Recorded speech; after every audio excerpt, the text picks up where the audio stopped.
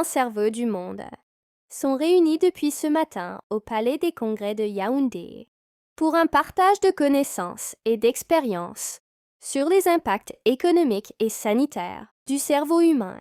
C'est en prélude à la 69e session de l'Assemblée générale des Nations unies qui se tiendra en septembre prochain à New York.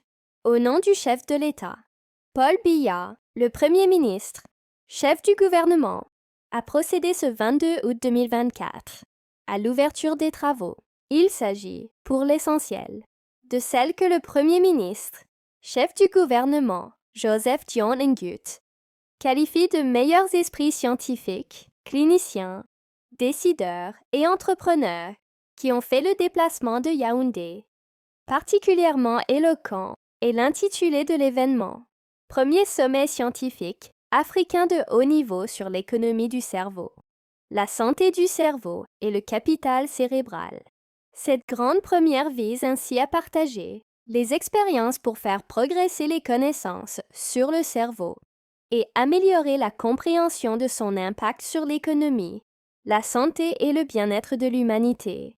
Au nom du chef de l'État, Paul Biya, le Premier ministre, chef du gouvernement, Joseph Dion Nguyen, a fait l'éloge du cerveau en tant que siège de toute innovation, créativité et résilience, reconnu aujourd'hui comme le capital le plus précieux dont dispose l'être humain. En sa qualité de représentant du chef de l'État, Joseph Dion Nguyen a évoqué les enjeux géostratégiques attachés à l'événement. Cet événement historique marque un tournant crucial, non seulement pour le Cameroun, mais pour l'ensemble de la communauté internationale, dans notre compréhension et notre gestion du cerveau, cet organe complexe qui nous définit et façonne notre monde. Le cerveau, cette merveille de l'évolution, est bien plus qu'un simple organe physique.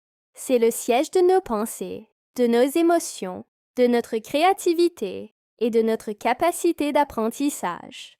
C'est le berceau de notre identité, de notre culture et de notre capacité à construire un avenir meilleur. Cependant, notre cerveau est aussi fragile et vulnérable. Les défis liés aux maladies neurodégénératives, aux troubles mentaux, aux traumatismes crâniens et aux effets du vieillissement ne cessent de croître. Excellences, Mesdames et Messieurs, grâce à l'action diplomatique du Cameroun, conduite par son illustre chef, Son Excellence Paul Biya, en collaboration avec la Commission de l'Union africaine et les États, membres des Nations unies, le Cameroun présidera pour la première fois la 79e session de l'Assemblée générale des Nations unies, AGNU 69.